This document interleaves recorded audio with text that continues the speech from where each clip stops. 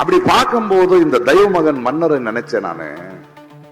அவனை பாருங்களேன், ஒரு பாசிஸ்டோட சர்வாதிகாரி. அவன் ஒரு புஷ்பக விமானத்துல வருவான், ஒரு தேர்ல நிற்பான், எல்லாரும் பூ போடுவாங்க, மக்கள் வேலிக்கு அந்த பக்கம் தான் நிக்கிறானுங்க. அவனுக்கு என்னைக்கு புரியும் நம்முடைய பசி? அவன் தெய்வ மகன் கிடையாது, டெஸ்ட் டியூப் பேபி. அவன் போராடுற நீங்களோ உங்க கட்சியோ என்னுடைய தோழர்கள், நான் வர்றேன். ஆனா ஒரு சமுதாயத்துக்கு, ஒரு நாட்டுக்கு காயமானால் நாம் பேசாம இருந்தா அதிகமாக. என்னுடைய திறமை மட்டுமில்லை, அது மக்களோட அன்பு, மக்களோட நம்பிக்கை. ஒரு கலைஞன் கோழையாயிட்டா ஒரு சமுதாயம் கோழையாயிடும். மார்க்ஸ் போன்ற, அம்பேத்கர் போன்ற, காந்தி போன்ற, பாரதி போன்ற, இப்படி பலர்களோட சிந்தனையை படித்து அதை உள்வாங்கி, அதனாலதான் வந்தது எனக்கு இந்த புரிதல். இப்பெல்லாம் மன்னர்ன்னு சொல்ல முடியாதுப்பா, மன்னிக்கணும். அவர்தான் தெய்வ குழந்தை ஆயிட்டாரு. ஒரு சாதாரண குடிமகன், ஒரு கலைஞனும் நிரந்தரமான எதிர்கட்சியா இருக்கணும். நிரந்தரமான எதிர்கட்சியா இருக்கிறது தான் அரசியல் எனக்கு சொல்லிக் கொடுத்தவர் அவர் தான். ஆனால் என்னுடைய தோழி, என்னுடைய ஆசானோட மகள்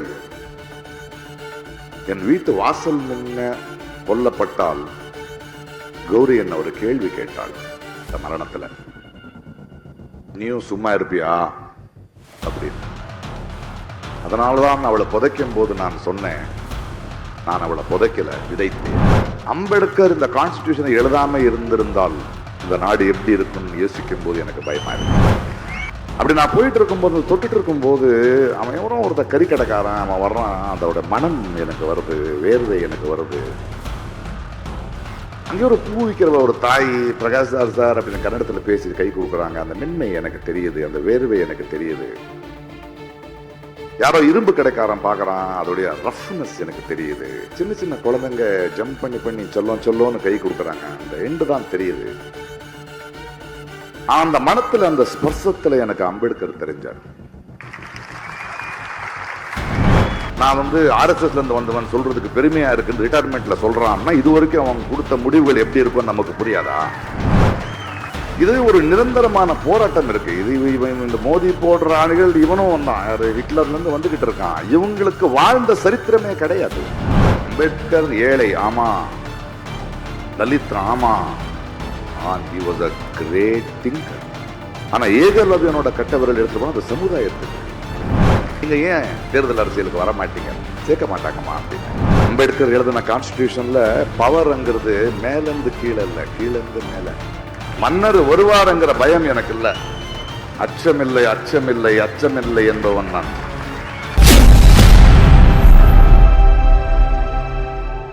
பிக் பேங் தமிழ், BBT.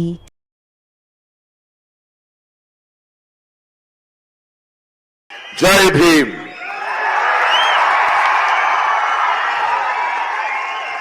எப்படி இருக்கீங்க செல்லம்? எல்லோருக்கும் வணக்கம். ஐ லவ் யூ டூ செல்லம்.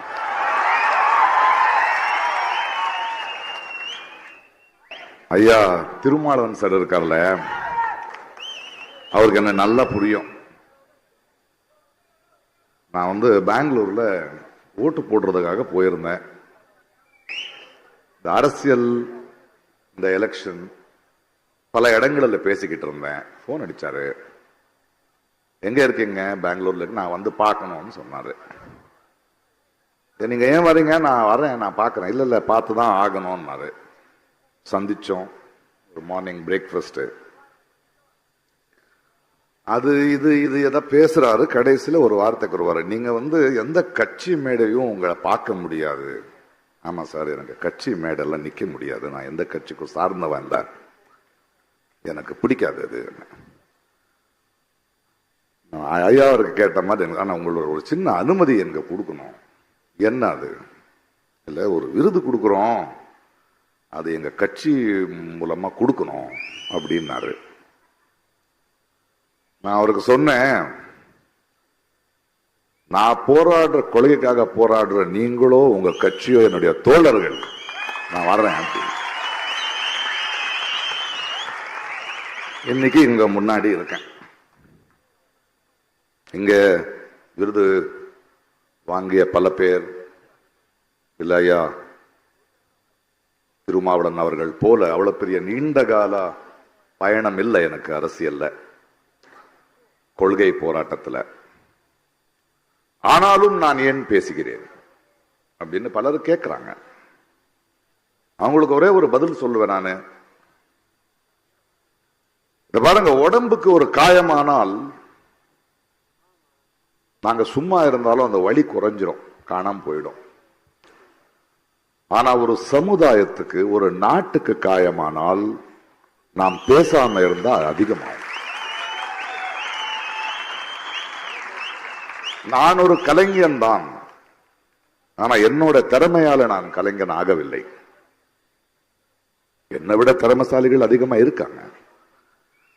அன்னைக்கு இன்னைக்கு ஒரு மேடையில நான் நிக்கிறேன் அப்படின்னா என்னுடைய திறமை மட்டும் இல்லை, அது மக்களோட அன்பு, மக்களோட நம்பிக்கை. ஆக ஒரு மேடி ஏத்திய மக்களுக்கு, ஒரு சமுதாயத்துக்கு ஒரு பிரச்சனையா இருக்கும் போது ஒரு கலைஞன் கோழையாயிட்டா ஒரு சமுதாயம் கோழையாயிடும். நான் செஞ்சிட்டு இருக்கிறது பெரிய வேலை இல்லை, அது என்னுடைய கடமை, அது என்னுடைய மனசாட்சி. ஏனென்றால் வாழ்க்கையை ஒரு கலைஞனா எனக்கு புரியுது. அந்த புரிதல் எனக்கு என்னோட திறமையில வந்ததில்லை. லங்கேஷ் போன்ற, மார்க்ஸ் போன்ற, அம்பேத்கர் போன்ற, காந்தி போன்ற, பாரதி போன்ற, இப்படி பலர்களோட சிந்தனையை படித்து அதை உள்வாங்கி அதனாலதான் வந்தது எனக்கு இந்த புரிதல். அந்த புரிதல் இருக்கும்போது கண்ணுக்கு தெரியுது இல்ல என்ன நடக்குதுன்னு. 10 வருஷத்துக்குல இருந்து தான் பேசிக்கிட்டு இருக்கேன். 9 வருஷத்துல இருந்தா இந்த மன்னரை நான் எதிர்த்துட்டு இருக்கேன். இப்ப எல்லாம் மன்னர்னு சொல்ல முடியாதுப்பா, மன்னிக்கணும். அவர்தான் தெய்வ குழந்தை ஆயிட்டாரு. அவரை இனிமே நம்ம தேர்ந்தெடுக்க முடியாது. அவர்தான் நாட்டுக்கு அவரால் ஏதாவது துன்பம் ஏற்பட்டால் அவரை திட்ட முடியாது. மனுஷனாயா நீ என்ன முடியாது. ஏனென்றால் தெய்வம் சோதிக்குதுன்னு தான் நம்ம சொல்லணும். சரி, அவன் எப்படியும் போவான், அதுக்கப்புறம் பேசிக்கலாம். கௌரி லங்கேஷ் இங்க பேசிட்டு இருக்கிற மாதிரி அவருடைய அப்பா லங்கேஷ் ஒருத்தர் இருந்தார். அவர் தான் என்னுடைய ஆசான். அவர் ஒரு பத்திரிகையை நடத்திட்டு இருந்தார். ஒரு மாபெரும் சிந்தனையாளர், எழுத்தாளர். அவர் தான் எங்களை சிதைக்கினார். அவருடைய கோபம் தான் இன்னும் எங்களுக்கு இருக்கு. அதாவது அந்த காலத்திலேயே ஒரு பத்திரிகை ஆரம்பிக்கும் போது, அதை நடத்தும் போது விளம்பரம் வாங்காம பத்திரிகை நடத்துவார். பத்திரிகையை வாங்குற மக்களுக்கு அவர் எழுதுவார், இந்த பாரு, இந்த கோல்கேட்டு சோப்பு விற்கிறவங்க கிட்ட எல்லாம் போய் நான் கெஞ்சிட்டு இருக்க முடியாது, ஒரு 2 காசு அதிகம் போட்டு வாங்குங்கப்பா பாரு. அந்த பத்திரிகை நடத்தும் போது அதுல பல மேடைகளை உருவாக்கினார். நிறைய இளைஞர்கள், கவிஞர்கள், கதாசிரியர்கள், இலக்கிய சிந்தனை இருக்கிறவர்கள், கொள்கைகளை பத்தி பேசுறவர்கள், இவர்கள் எல்லாருக்கும் ஒரு இடம் கொடுத்துட்டு இருந்தாரு. ஒரு ஆட்சியே அவர் பேசுறாருன்னா பயப்படும். அப்பேற்பட்ட ஒரு ஆசானை நான் ரொம்ப கிட்டத்துல இருந்து பார்த்திருக்கேன். அவர் நிரந்தரமா ஒரு விஷயம் சொல்லுவார் எங்களுக்கு. ஒரு பத்திரிகையும், ஒரு சாதாரண குடிமகனும், ஒரு கலைஞனும் நிரந்தரமான எதிர்கட்சியா இருக்கணும். நிரந்தரமான எதிர்கட்சியா இருக்கிறது தான் அரசியல் எனக்கு சொல்லிக் கொடுத்தவர் அவர்தான் எனக்கு. உன்னுடைய நண்பனே ஆளும் கட்சியானால், அதிகாரத்துக்கு வந்தால் நீ அவனுக்கு எதிர்கட்சியா இருக்கணும். அப்பேற்பட்ட ஒரு ஆசான். அவருடைய மகள் கௌரி 35-40 ஆண்டு காலம் ஒரு தொடர்பு. அப்படி வளர்ந்தவங்க நம்ம. அவர் ஒவ்வொரு டைனிங் டேபிள்லயோ இல்ல அவருடைய எடிட்டோரியல் டேபிள்லயோ ஈவினிங் ஆனா நம்ம அங்க போய் உட்கார்ந்தா எங்களுக்கு கிடைச்ச, நாங்கள் பார்த்த தொடுவானங்கள், எங்களுக்கு கிடைச்ச அனுபவங்கள் ரொம்ப அதிகம். அப்பேற்பட்ட கௌரியை சுட்டு கொல்லும் போது அதற்கு முன்னாடி தபோல்கர் இருக்கட்டும், பன்சாரே இருக்கட்டும், கல்புர்கி இருக்கட்டும்னாலும் நான் கர்நாடகத்துல தான் பேசிக்கிட்டு இருந்தோம். பேசலன்னு இல்லை, அப்பவும் பேசிக்கிட்டு தான் இருந்தேன். ஆனால் என்னுடைய தோழி, என்னுடைய ஆசானோட மகள் என் வீட்டு வாசல் முன்ன கொல்லப்பட்டால் கௌரி என்ன ஒரு கேள்வி கேட்டாள். அந்த மரணத்துல நீயும் சும்மா இருப்பியா அப்படின்னு. அதனால்தான் அவளை புதைக்கும் போது நான் சொன்னேன், நான் அவளை புதைக்கல, விதைத்தேன். இந்த பாசிசம், இந்த சனாதனத்தோட டெரரிஸ்ட் ஒரு குரலை அடக்கினோன்னு நினைச்சா அதை விட வேகமான ஆழமான குரல் எந்திரிக்குங்கிற காரணத்தினாலதான் 8 வருஷமா நான் பேசிக்கிட்டு இருக்கேன். 4ஆம் தேதிக்கு அப்புறம் இந்த தெய்வ மகன் போனதுக்கு பிறகு நான் எனக்கு வேலை இருக்கையெல்லாம் எனக்கு தெரியாது, இருக்கட்டும். ஆனால் இது ரொம்ப முக்கியம். அம்பேத்கர் சுடர் எனக்கு கொடுக்கறீங்க. நான் தலித் கிடையாது, ஆமா. ஆனால் அம்பேத்கர் இந்த கான்ஸ்டிடியூஷனை எழுதாம இருந்திருந்தால் இந்த நாடு எப்படி இருக்கும்னு யோசிக்கும் போது எனக்கு பயமா இருக்கு. ஏனென்றால் அவருடைய சிந்தனையும் அவர் நினைத்த இந்த கான்ஸ்டிடியூஷன் பசியால பிறந்ததில்லை, வழியால பிறந்ததில்லை, அவமானத்துக்கு பிறந்தது. இன்னைக்கு வேர்வை மனமன்னு பேசிட்டு இருந்தாரு. ரீசெண்டா இந்த எலெக்ஷன் கேம்பெயின்ல நான் வாடிங்கிற ஒரு ஊருக்கு போயிருந்தேன் கர்நாடகால. அங்க ஒரு ரயில்வே ஸ்டேஷன் இருக்கு. அங்கே பல வருடங்களுக்கு முன்னாடி அம்பேத்கர் இறங்கி இருந்தாராம். அதுக்கு பீமஸ்பர்ஷம் சொல்லுவாங்க அந்த இடத்துக்கு. அங்க இறங்கினேன். சில இலக்கியவாதிகள் நம்ம எல்லாம் சேர்ந்து ஒரு மேடை இருந்தது. அந்த மேடைக்கு போகும்போது ஒரு ஓபன் ஜீப்ல என்ன நிக்க வச்சுட்டு போயிட்டு இருந்தாங்க. எல்லாரும் உங்களை பார்க்கணும், அவங்களோட பேசணும், ஊர்வலமா போயிட்டு அந்த மேடைக்கு போகலாம்னு. ஒரு சின்ன ஒரு மார்க்கெட் இருக்கிற, நிறைய ஏழைகள் இருக்கிற, நிறைய கடைகள் இருக்கிற தெருவில் நான் போயிட்டு இருந்தேன். போயிட்டு இருக்கும்போது மக்கள் எல்லாம் அன்போட தொடணும், பேசணும், அவர் கையாவது கொடுங்க அப்படின்னு கேட்டிருந்தாங்க. என் பக்கத்தில் இருக்கிறவர், ஏயோ சார் வேணாம் சார், அவங்க ஏதோ பண்ணிடுவாங்க, வேண்டாம் இரு, என்ன பரவாயில்ல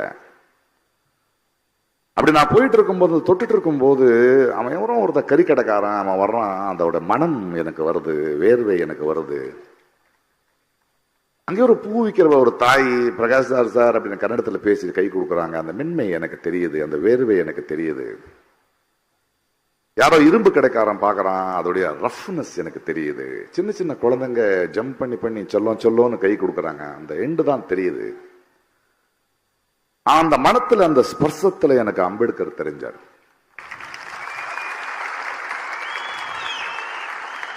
இத பாருங்க, அப்படி பார்க்கும்போது இந்த தெய்வ மகன் மன்னரை நினைச்சேன் நானு.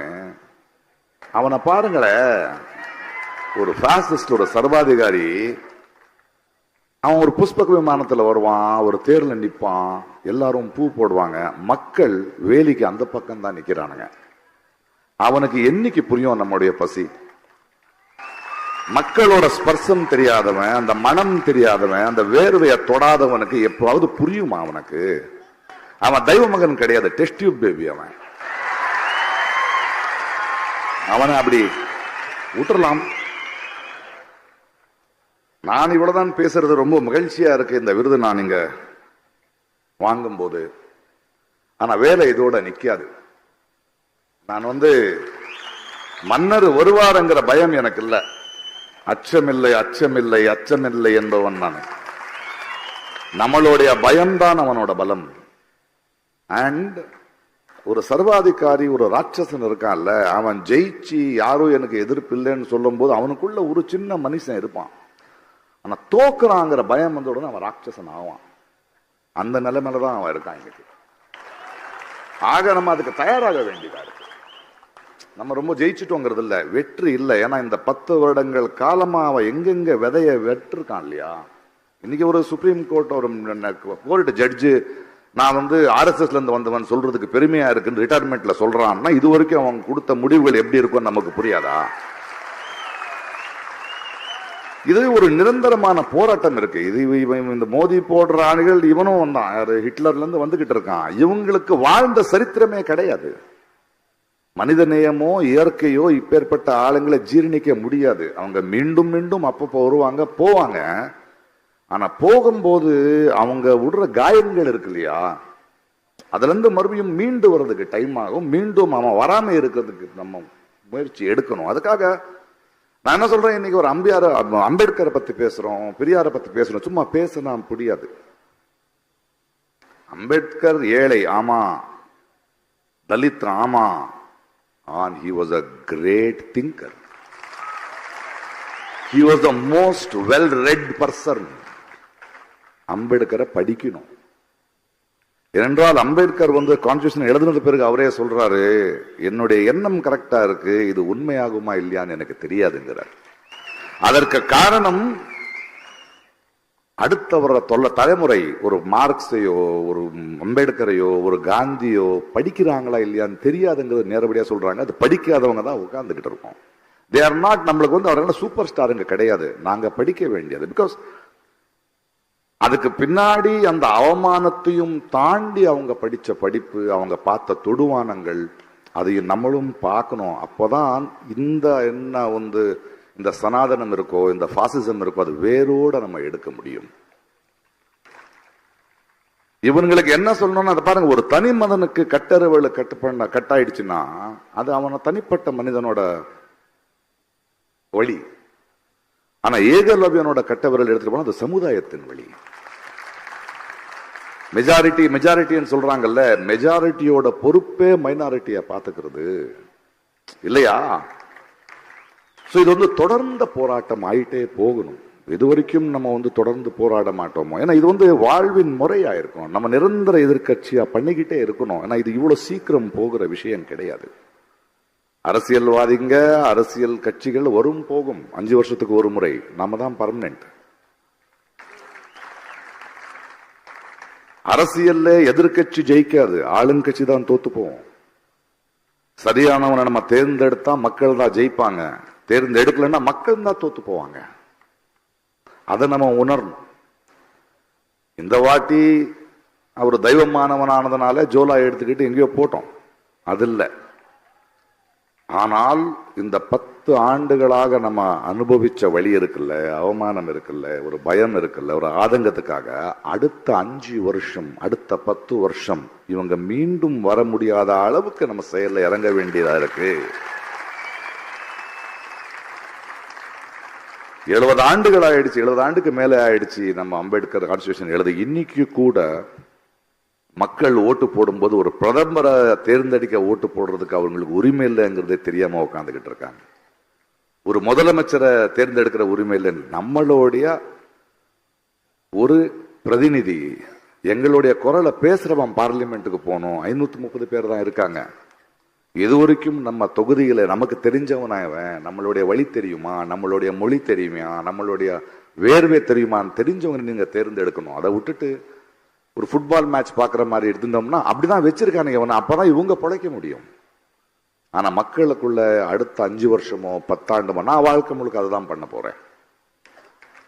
எனக்கு அதுதான் வேலை. எனக்கு இது வேலை இல்லை. வரும்போது இன்னைக்கு ஒரு 3 பத்திரிகையாளர்கள் என்ன மீட் பண்றாங்க. நேஷனல் கேரவன் அந்த மேக்சின், நீங்க ஏன் தேர்தல் அரசியலுக்கு வர மாட்டீங்க? சேர்க்க மாட்டாங்கம்மா அப்படின்னு. அரசியலுக்கு யாராவது வரலாம், யாராவது உள்ள வர முடியாது. பிரகாஷ் ராஜ் இப்படி பேசுற வரைக்கும் நான் அவங்களுடைய செல்லம். தேர்தல் அரசியலுக்கு வந்தா என்ன உள்ள விட மாட்டாங்க, அது எனக்கு தெரியும். ஆனா மக்களான நமக்கு அவங்களுடைய பலசாலிங்க நம்ம. அம்பேத்கர் எழுதின கான்ஸ்டிடியூஷன்ல பவர்ங்கிறது மேலிருந்து கீழே இல்ல, கீழிருந்து மேல. அந்த சக்தியை நம்ம உணர வேண்டியதா இருக்கு. இது நம் வாழ்வின் முறையா இருக்க வேண்டிய, அடுத்த தலைமுறைக்கு நம்ம கொடுக்க வேண்டியது இதுதான். அந்த ஒரு பயணத்துல நான் நிரந்தரமான எதிர்கட்சியா இருப்பேன். நான் உங்களோட இருப்பேன், மக்கள் குரலா இருப்பேன். இன்னைக்கு கொடுத்த இந்த விருந்துக்கு நான் தலை வணங்குகிறேன். இதை நான் கௌரி சார்பாக வாங்கிக்கிறேன். நன்றி, வணக்கம்.